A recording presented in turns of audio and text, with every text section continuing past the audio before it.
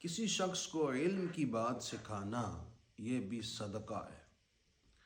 और आपको अल्लाह ताला ने किसी सलाहियत से, किसी फ़न से नवाजा है, उसको आगे डिलीवर करना ये नेकी है और इस पर अजर अता होता है। वो लोग बड़ी ज़्यादती करते हैं जिनके पास बच्चे गरीब घरानों से आकर हुनर सीखने के लिए खिदमत करते हैं और अरसा दराज तक लगे रहते हैं, लेकिन उनसे महज मामूली काम लेते हैं, लेकिन उन्हें असल हुनर की बात नहीं सिखाते।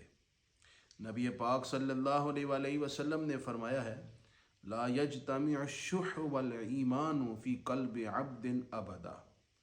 किसी मोमिन के दिल में बुखल और ईमान कभी जमा नहीं हो सकते।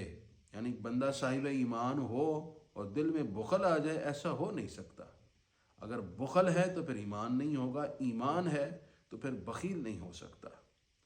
तो कैसे हो सकता है कि फिर एक मुसलमान कहलाने वाला अपनी मोटरसाइकिल की दुकान में या वर्कशॉप में या किसी और फ़न की अगर उसकी दुकान और वर्कशॉप है, वहाँ बच्चों को अरसाए दराज तक सिर्फ पलास और पानों तक महदूद रखे और उसे हिकमत की और फ़न की असल बात ना सिखाए?